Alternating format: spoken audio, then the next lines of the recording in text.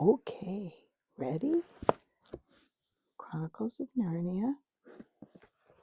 And we're in the book one, The Magician's Nephew. Can you see that? That's Polly and Diggory on a flying horse. And we are in chapter 10, The First Joke and Other Matters. You see that? That's a leopard chasing Uncle Andrew in his fancy clothes. Okay. Now remember, Narnia has just been woken up and the lion has sung it to life. Chapter 10, The First Joke and Other Matters. It was, of course, the lion's voice. The children had long felt sure that he could speak, yet it was a lovely and terrible shock when he did. Out of the trees, wild people stepped forth, gods, fauns, and satyrs, and dwarfs. Out of the river rose the river god with his naiad daughters.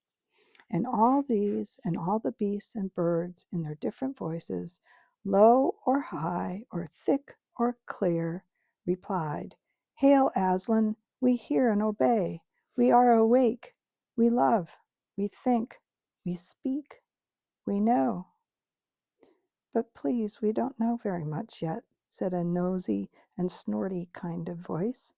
And that really did make the children jump, for it was the cab horse who had spoken. "Good old Strawberry," said Polly. "I am glad he was one of the ones picked out to be a talking beast." And the cabby, who was now standing beside the children, said, "Strike me pink. Always did say that horse had a lot of sense, though." "Creatures, I give you yourselves," said the strong, happy voice of Aslan. "I give to you forever this land of Narnia. I give you the woods, the fruits, the rivers. I give you the stars, and I give you myself. The dumb beasts, whom I have not chosen, are yours also. Treat them gently and cherish them. But do not go back to their ways, lest you cease to be talking beasts. For out of them you were taken, and into them you can return. Don't do so." "No, Aslan, we won't," said everyone. But one perky jackdaw added in a loud voice, "No fear," and everyone else had finished just before he said it, so his words came out quite clear in dead silence. And perhaps you have found out how awful that can be, like at a party. The jackdaw became so embarrassed that it hid its head under its wing as if it was going to sleep. And all the other animals began making various queer noises, which are their ways of laughing, and which, of course, no one had ever heard in our world. They tried at first to repress it, but Aslan said, "Laugh and fear not, creatures. Now that you are no longer dumb and witless, ye need not always be grave, for jokes as well as justice come with speech." So they all let themselves go. And there was such merriment that the jackdaw himself plucked up courage again and perched on the cab driver's head between his ears, clapping his wings, and said, "Aslan, Aslan, have I made the first joke? Will everybody always be told how I made the first joke?" "No, little friend," said the lion, "you have not made the first joke. You have been the first joke." Then everyone laughed more than ever. But the jackdaw didn't mind and laughed just as loud till the horse shook its head, and the jackdaw lost its balance and fell off, but remembered its wings, for they were still new to it, before it reached the ground. "And now," said Aslan, "Narnia is established. We must next take thoughts for keeping it safe. I will call some of you to my council. Come hither to me, you the chief dwarf, you the river god, and you oak, and the he owl, and both the ravens and the bull elephant. We must talk together, for though the world is not 5 hours old, an evil has already entered it." The creatures he had named came forward, and he turned away eastward with them. The others all began talking, saying things like, "What did he say had entered the world? A nevil? What's a nevil?" Now, he didn't say a nevil, he said a weevil. Well, what's that? "Look here," said Diggory to Polly. "I've got to go after him. Aslan, I mean. The lion. I must speak with him." "Do you think we can?" said Polly. "I wouldn't dare." "I've got to," said Diggory. "It's about Mother. If anyone could give me something that would do her good, it would be him." "I'll come along with you," said the cabby. "I like the looks of him, and I don't reckon these other beasts will go for us, and I want a word with old Strawberry." So all three of them stepped out boldly, or as boldly as they could, toward the assembly of animals. The creatures were so busy talking to one another and making friends that they didn't notice the three humans until they were very close. Nor did they hear Uncle Andrew, who was standing trembling in his buttoned boots a good way off and shouting, but by no means at the top of his voice, "Diggory, come back! Come back at once when you do what you're told! I forbid you to go a step further!" When at last they were right in among the animals all stopped talking and stared at him. "Well," said the he-beaver at last, "what in the name of Aslan are these?" "Please," began Diggory in a rather breathless voice, when a rabbit said, "They're a kind of large lettuce, that's my belief." "No, we're not. Honestly, we're not," said Polly hastily. "We're not at all nice to eat." "There," said the mole, "they can talk. Who ever heard of talking lettuce?" "Perhaps they're the second joke," suggested the jackdaw. A panther, who had been watching its face, stopped for a moment to say, "Well, if they are, they're nothing so good like the first one. At least I don't see anything very funny about them." It yawned and went on to wash. "Oh, please," said Diggory, "I'm in such a hurry. I want to see the lion." All this time the cabby had been trying to catch Strawberry's eye. Now he did. "Now, Strawberry, old boy," he said, "you know me. You ain't going to stand there and say as you don't know me." "What's the thing talking about, horse?" said several voices. "Well," said Strawberry, very slowly, I don't exactly know. I think most of us don't know much about anything yet. But I've a sort of idea I've seen a thing like this before. I've a feeling I lived somewhere else, or was something else, before Aslan woke us all up a few moments ago. It's all very muddled, like a dream. But there were things like these three in a dream." "What?" said the cabby. "Not know me? Me what used to bring you hot mash of an evening when you were out of sorts? Me what rubbed you down proper? Me what never forgot to put your cloth on you if you was standing in the cold? I wouldn't have thought it of you, Strawberry." "It does begin to come back," said the horse thoughtfully. "Yes. Let me think now. Let me think. Yes, used to tie a horrid black thing behind me and then hit me to make me run, and however fast I ran, this black thing would always be coming rattle rattle behind me. We had our living to earn, yours the same as mine, and if there hadn't been no work and no whip, there'd have been no stable, no hay, no mash, no oats. For you did get a taste of oats when I could afford 'em, which no one can deny." "Oats?" said the horse, pricking up his ears. "Yes, I remember something about that. Yes, I remember more and more. You were always sitting up somewhere behind, and I was always running in front, pulling you in the black thing. I know I did all the work.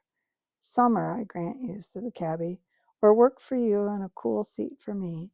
But what about winter, old boy, when you was keeping yourself warm, and I was sitting up there with my feet like ice and my nose fair pinched off with the wind, and my hands so numb I couldn't hardly hold the reins?"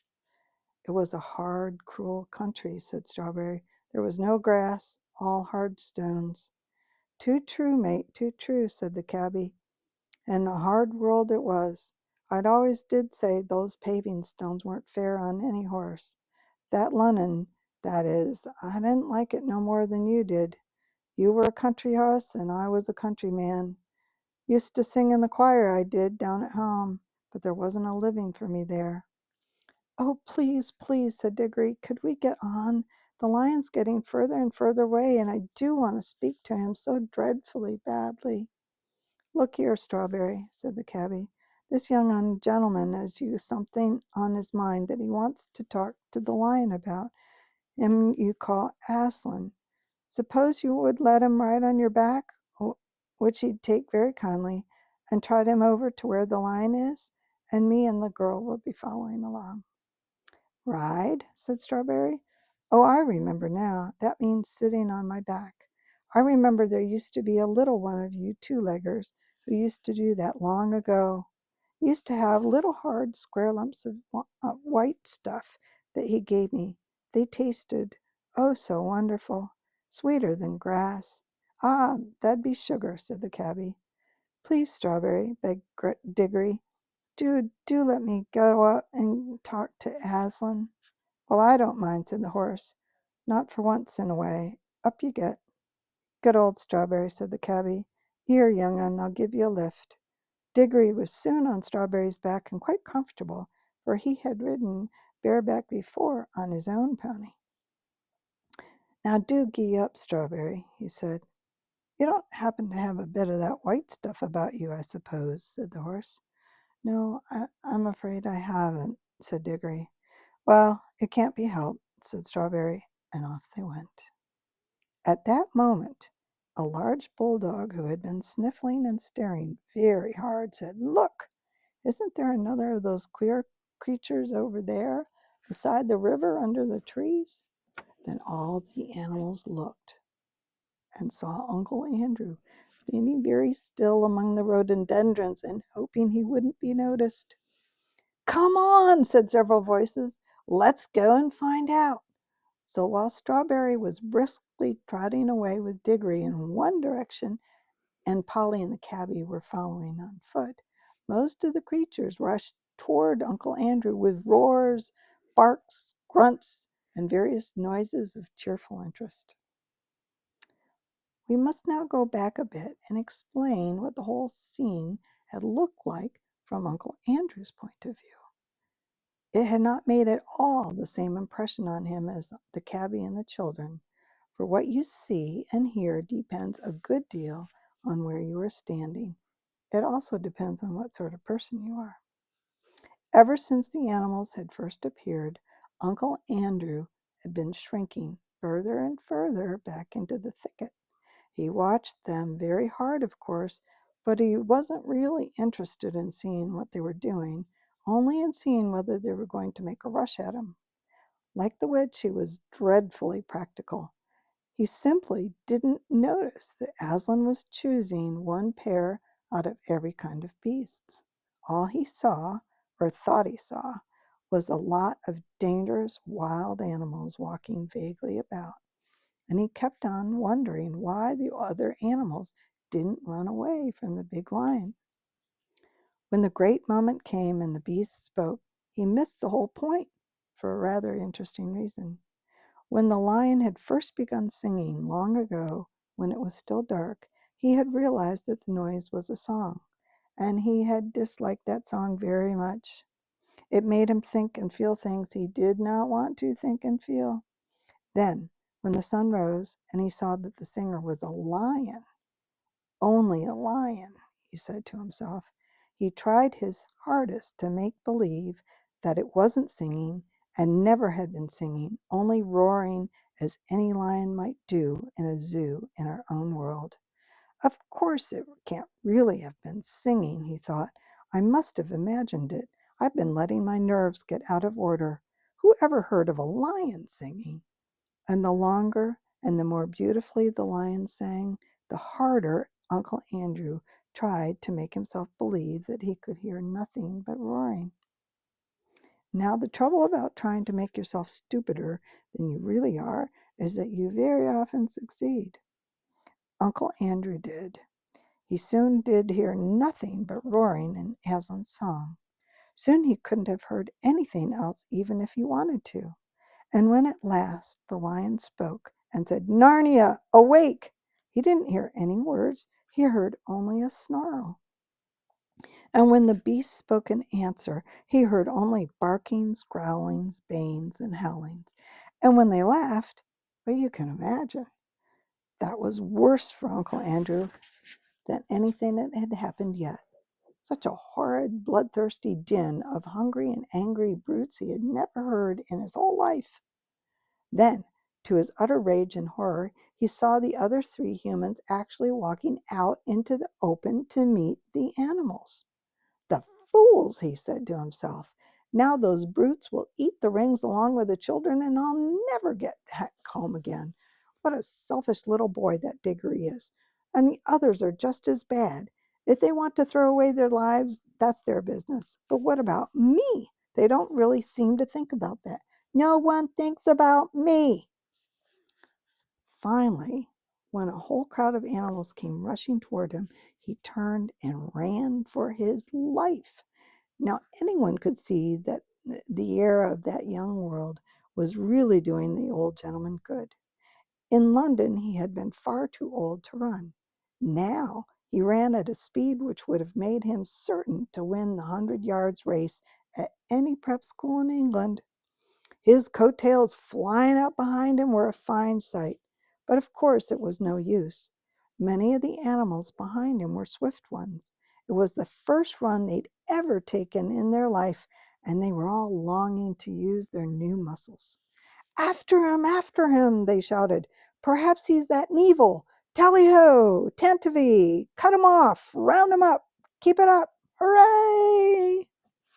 In a very few moments, some of them got ahead of him. They lined up in a row and barred his way. Others hemmed him from behind. Wherever he looked, he saw terrors. Antlers of great elks and the huge face of an elephant towered over him. Heavy, serious-minded bears and boars grunted behind him.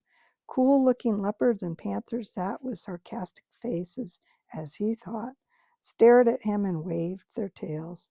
What struck him most of all was the number of open mouths. The animals had really opened their mouths to pant. He thought they had opened their mouths to eat him. Uncle Andrew stood trembling and swaying this way and that. He had never liked animals at the best of times, usually being rather afraid of them, and of course years of doing cruel experiments on animals had made him hate and fear them far more. Now, sir, said the bulldog in his businesslike way, are you animal, vegetable, or mineral? That was what it really said, but all Uncle Andrew heard was "Grrrr." So that's the end of chapter 10. Next time, chapter 11, Diggory and his uncle are both in trouble. Until then.